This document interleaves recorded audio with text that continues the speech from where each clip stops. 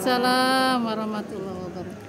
Yang saya hormati Dewan Juri dan para penonton seperjuangan. Baiklah, perkenalkan semuanya, saya dari nomor urut 7.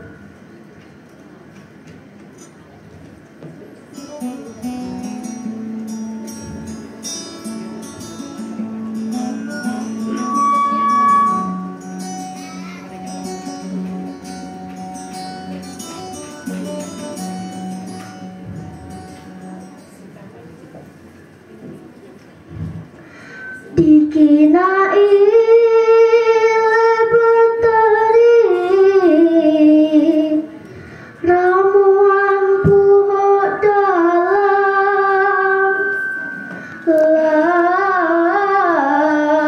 labuh galau.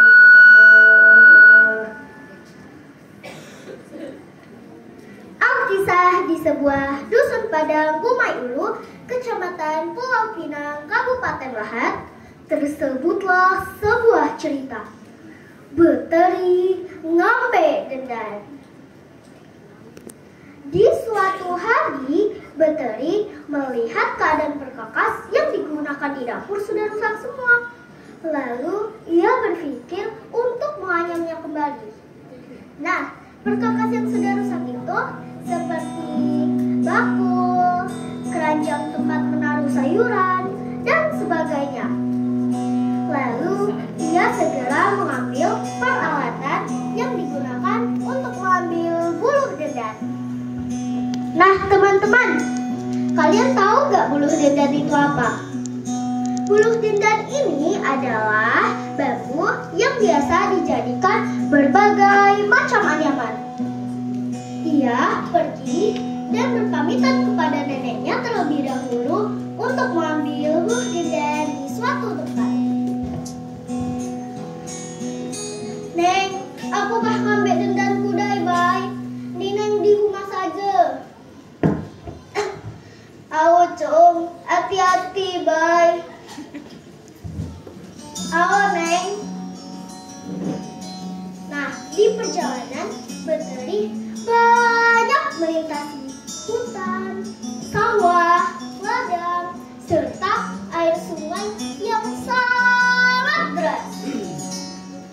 Namun, akhirnya ia sampai di tempat buluh dendan yang ia maksud. Beteri lanjut menebang pohon buluh secukupnya. Walaupun terkadang ia merasa sangat lelah. Namun, apa hendak dikata, buluh itu sangat telah berguna. Hari makin sore, disusunnya hasil buluh dendan yang ia peroleh tadi ke dalam keranjang untuk dibawa pulang ke rumah. Namun, ia sangat lelah dan ia berhenti sejenak untuk beristirahat. Ia duduk sebentar, lalu ia langsung melanjutkan perjalanan yang melintasi hutan belantara jalan menuju pulang ke rumah. Namun, alangkah terkejutnya ia setelah dia sampai di tempat yang bermuara sungai, terjadi banjir bandang. Seluruh badannya gemetar dan ia sangat ketakutan.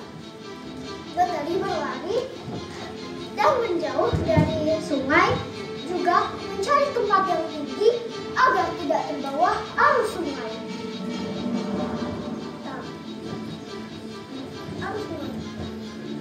Ia seperti ketakutan, sesekali tampak wajahnya juga seperti kebingungan. Ia mondar-mandir di sekitar tempat ia berhenti, seakan-akan mencari pertolongan. Namun, apalah daya, tempat perkampungan masih saja jauh. Tiba-tiba saja timbul pemikiran di sekitar tempat ia berhenti. Beteri melihat pohon buluh anggur. Nah teman-teman, kalian tahu rebung kan? Rebung adalah anak bambu atau buluh muda yang sering dimasak sebagai gulai makan. Bagaimana ya cerita selanjutnya? Mari kita lanjutkan. Setiap Beteri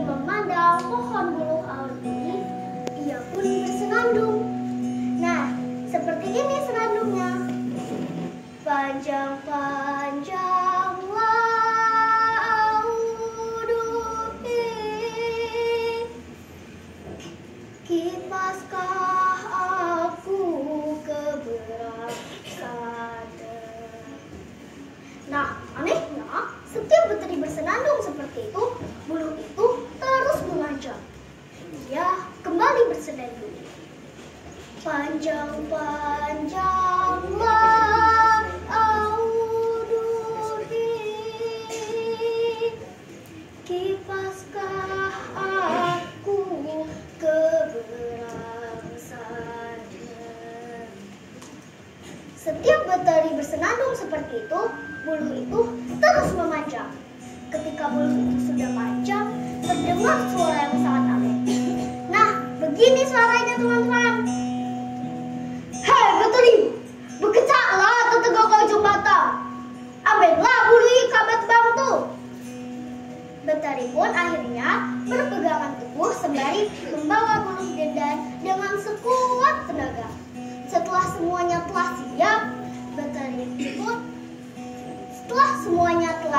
siap, tiba-tiba saja beteri pun bagai suatu keajaiban yang dahsyat.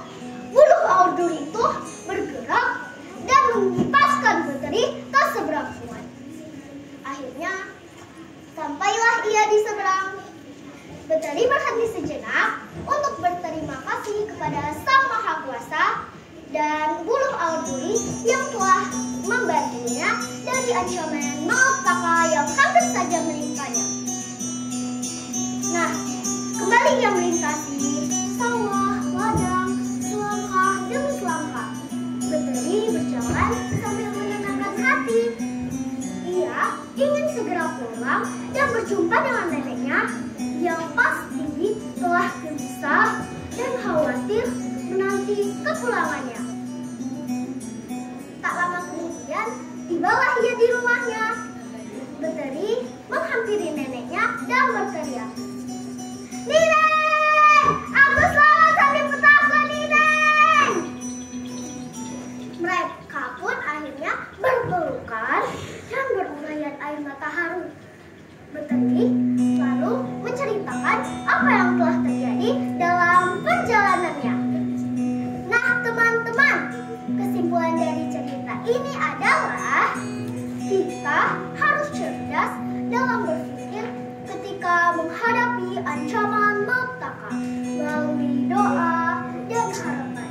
Selalu berkata yang baik dan tidak putus asa dalam segala ujian yang diberikan Tuhan kepada kita semua. Nah, sekian cerita dari Raisya.